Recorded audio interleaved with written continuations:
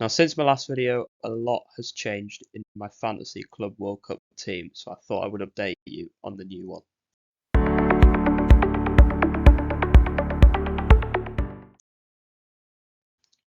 So I have taken Manuel Neuer out my draft. Now I have done this because I've added Martian, who, as you can see, is another very cheap keeper at 4.1 million. And he also comes in at only 2.1% selected, meaning that he will gain bonus points. 2 bonus points if he does well, basically. So, and the thing is, him and Armani are gonna rotate nicely, and I want to save as much money for my midfield and attack as I possibly can, really, because I think maximising in them areas is a lot better than having a good defence, because you're not going to get much clean sheet points. You're not going to get much for your keepers. I don't think there's much point going for someone like Manuel Neuer. Then moving on to the back line, I have stuck with Lloyd Kelly and Denzel Dumfries. Now, this is because Lloyd Kelly, again, he's a really low-owned player with 2.3% selection, and I just think Juventus's clean sheet odds, I think he's going to score some points. And the same with Denzel Dumfries. I don't think the new manager will affect him too much, because I can't see a new manager coming into the Inter side and completely changing up their team before a Club World Cup. So I think he'll stay attacking, so hopefully he'll do well. Moving to the next player, though, you can see I have removed Hakimi. This is because you just can't ignore that Auckland City fixture. And I think Hakimi could be a bit overrated in the first week. I am going to want him in the second week, but I don't think the first week is when to buy him. I could be wrong. I could look like an idiot at the end of this, and you'll see next week if he scored loads of points, and I'm looking right stupid. But I just think Guerrero, he plays very attacking wing back. We have seen him play in the 10, so I think at his price point, it's worth the punt on him, really. I have also stuck with Svensson and Francisco Moura. This is because Svensson, again, a really low-owned player. Most of these players you see are getting bonus points. Right now he is 4.3% selected, so the only way he'll go is if he goes above. I'll just go to Ryerson because he's cheaper, and I don't think Svensson really offers more. And Francisco Moura, I still truly believe he is probably the best cheap defender in the game, so I don't think there's anything else to say on him. Moving on to the midfield, you can see I actually changed 3 out of the 5 players in my midfield, only sticking with Palmer and Elise. The first one being Dembele. Now, I've put Dembele in because I just think he's going to be going for the Ballon d'Or.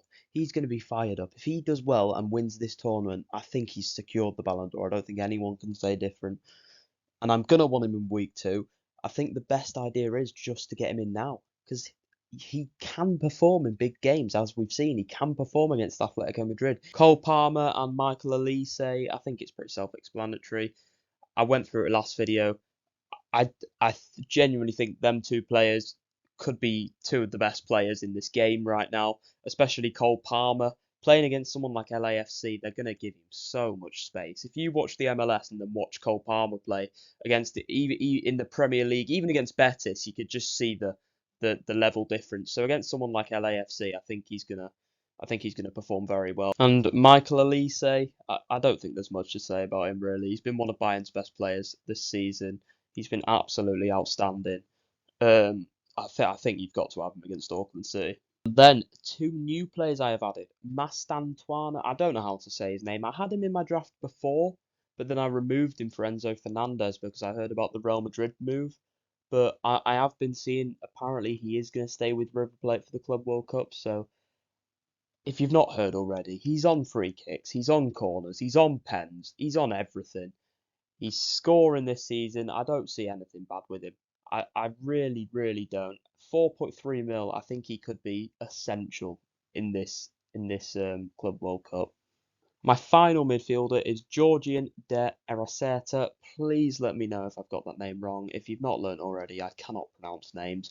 But anyway, he has 26 games, 12 goals, 6 assists. So obviously you can see he's been brilliant this season. And I think with the first game he's got, he could really haul. He could get some points on the board. And I'm probably not going to keep him for match day 2.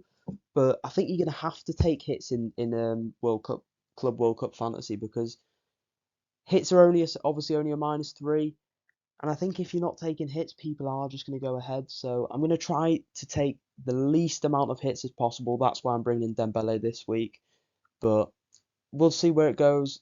I think just for this week, though, he could be brilliant. The attack, I know I was yapping about getting rid of Samu Agawa, and getting Garassi, but to be honest, I've completely changed my mind. I think at 4.2 million, what can really go wrong? Well, a lot, but you know what I mean. 4.2 million, it's just too good. I can't leave that. I can't not go for him at that price point. Obviously, I'm sticking with Harry Kane. I'm sticking with Kylian Mbappe. It's the exact same front three. I just think 4.2 million for Agawa. I just can't go without it. And the thing is, to go and get a more premium player, a more expensive player, you have to sacrifice so much money. This team has no money left in the bank. I've spent every single penny of the 100 million. So to go and get a better player, well, not a better player, but to go and get a more expensive player, you just have to sacrifice too much. I don't think it's worth it. So, just a quick update on my chip strategy.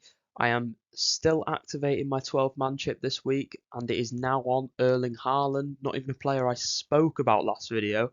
And I think he was kind of going under the radar. I think people have sort of forgot about Haaland. But with the fixture he has, I've realised I just do not want to miss out on them points. So yeah, I've got that activated on Haaland. Match day 2, I will activate my maximum captain chip as it stands. I think that's the best time to do it. And then obviously match day 3, you may as well use your wild card because after the round of 16, you get unlimited transfers. But yeah, with the 12th man, I think you've got to spend the money on it. I think you've got to go for a good player that you would not be able to fit in. It's either, for me, it's got to be someone like Mbappe or Haaland. Probably not Kane because he is most likely going to be the best captain. So I think for me, it's got to be a Haaland or an Mbappe, whichever one you can't fit in. But yeah, just on playing the chips as well, I think it's definitely best to play them all right at the start instead of holding them.